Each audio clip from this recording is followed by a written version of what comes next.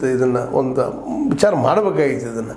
ಯಾಕಂತಂದ್ರೆ ಇಷ್ಟು ದೊಡ್ಡ ಪ್ರಮಾಣದ ಜನ ಕೂಡ ಮುಂದೆ 20 ಫೂಟದ ಬೇಕಾಗಿತ್ತು, ನೀವು ಹೆಚ್ಚು ಬೇಕಾಗಿತ್ತು ಅನ್ನುವಂಥದ್ದು, 40 ಫೂಟದ ಬೇಕು ಏನೋ ಇರ್ಬೋದು, ಹೆಚ್ಚಿಂದಿಲ್ಲ ಅಂತಲ್ಲ.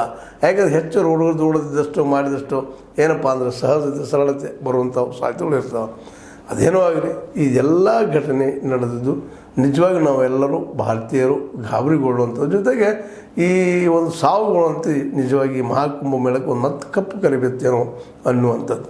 ಯಾಕೆಂದರೆ ನಾವು ಹೇಳ್ಬೋದು ಇವತ್ತು, ಯಾಕೆ ನಾವು ಕೇಳ್ತಾ ಇರ್ತೀವಿ, ಏನಾದರೂ ತೀರ್ಥಯಾತ್ರೆಗೆ ಮತ್ತೆ ಹೋದ್ರೆ ಅದು ತಿರ್ಕೊಂಡ್ರೆ ಇಲ್ಲರಿ ಸ್ವರ್ಗಕ್ಕೆ ಹೋದ್ರೆ ಚಲೋ ಆಯಿತು ಮರಣ, ಒಳ್ಳೆಯ ಮರಣ ಅಂತ ಹೇಳ್ತೀವಿ ನಾವು. ಇದು ಎಲ್ಲ ಸಮಾಧಾನಕ್ಕಾಗಿ ಹೇಳುವಂಥದ್ದು. ಬಟ್ ಈ ದುರಂತಗಳು ಏನದಾವ ಅವ್ರು ನಂಬಿದಂಥ ಜನರಿಗೆ ಎಷ್ಟು ತೊಂದರೆ ಆಗ್ತದೆ. ಒಬ್ಬ ಮನೆಯ ಹೆಡ್ಡನ್ನು ತೀರಿ ಹೋದ್ರೆ ಆ ಮನೆ ನಡೆಯೋದು ಹೆಂಗೆ, ಎಷ್ಟು ಫ್ಯಾಮಿಲಿಗಳು ಇವತ್ತಿದ್ದಾವಂತವ.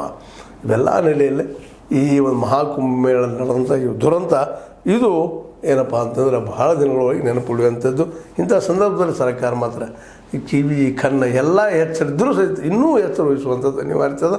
ಇದಕ್ಕೆ ಸರ್ಕಾರವು ಕಾರಣ, ವಿ ಐ ಪಿ ಕಲ್ಚರ್ ಮತ್ತು VIP ಬೇರೆ, VVIP ಅವರು ಬೇರೆ, ಇವರೆಲ್ಲರ ಸಲುವಾಗಿ ಇದು ಒಂದು ಕಾರಣ ದೊಡ್ಡದು. ಮತ್ತು ಜನ ಹೆಚ್ಚಾಗಿದ್ದರಿಂದಾಗಿ ಔಟ್ ಆಫ್ ಕಂಟ್ರೋಲ್ ಮತ್ತು ಇವ್ರು ಹೇಳ್ಕೊಳ್ಳುವಂಥ ದೀಪ ಮತ್ತಿರೋದು ಅಲ್ಲಿ ಇಲ್ಲದ್ದು ಸಹಿತ ಕಾರಣ. ಟೆಂಟ್ಗಳಿಗೆ ಬೆಂಕಿ ಹೆಚ್ಚಿದ್ದಕ್ಕೂ ಇದೇ ಕಾರಣಕ್ಕೆ ಎಲೆಕ್ಟ್ರಿಸಿಟಿದು ಸರಿಯಾದ ವ್ಯವಸ್ಥೆ ಇಲ್ಲದು ಅಂತೇಳಿ ವಿಶೇಷವಾಗಿ ಆದಿತ್ಯನಾಥರು ವಿರೋಧಗಳು ವಾದ ಮಾಡ್ತಾರೆ. ಇರೋದನ್ನು ಎಲ್ಲದಕ್ಕೂ ದೋಷ ಇರೋದು ಪರ್ಫೆಕ್ಟ್ ಅಂತ ಎಲ್ಲವೂ ಇಲ್ಲ ಆಗ್ಯದ.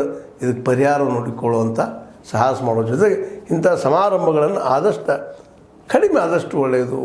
ತೀರ್ಥಯಾತ್ರೆ ಮಾಡಲಿ, ಅದನ್ನು ಇಷ್ಟ ದಿವಸ ಮುಗಿಸ್ಬೇಕನ್ನೋಗಿಂತಲೂ ಅವ್ರಿಗೆ ಸಾಕಷ್ಟು ಸಮಯ ಕೊಡುವಂಥ ಚಾಕಚಕ್ಯತೆ ಭವಿಷ್ಯ ಹೇಳೋರಲ್ಲೇ ಶಾಸ್ತ್ರ ಹೇಳೋರಲ್ಲಿ ಇರ್ತದೆ. ಅದನ್ನು ಮಾಡಿದ ಭಾಳ ಉತ್ತಮ ಅಂತ ಹೇಳ್ತಾ ಇದನ್ನ ಮೇಲೆ ಲೈಕ್ ಆಗಿರ್ಬೋದು, ಲೈಕ್ ಮಾಡಿ, ಶೇರ್ ಮಾಡಿ, ಕಮೆಂಟ್ ಮಾಡಿ, ಜೊತೆಗೆ ಸಬ್ಸ್ಕ್ರೈಬ್ ಆಗೋದು ನಿಲ್ಲಿಸ್ಲಿಕ್ಕೆ ಹೋಗಬೇಡ್ರಿ.